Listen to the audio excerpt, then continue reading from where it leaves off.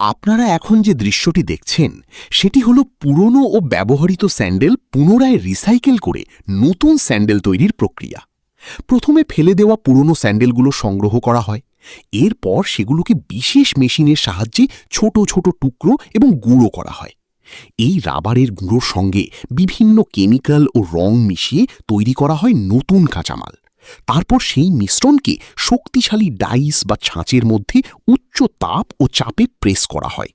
কিছু সময় পর ছাঁচ খুললেই বেরিয়ে আসে একেবারে নতুন স্যান্ডেলের সোল।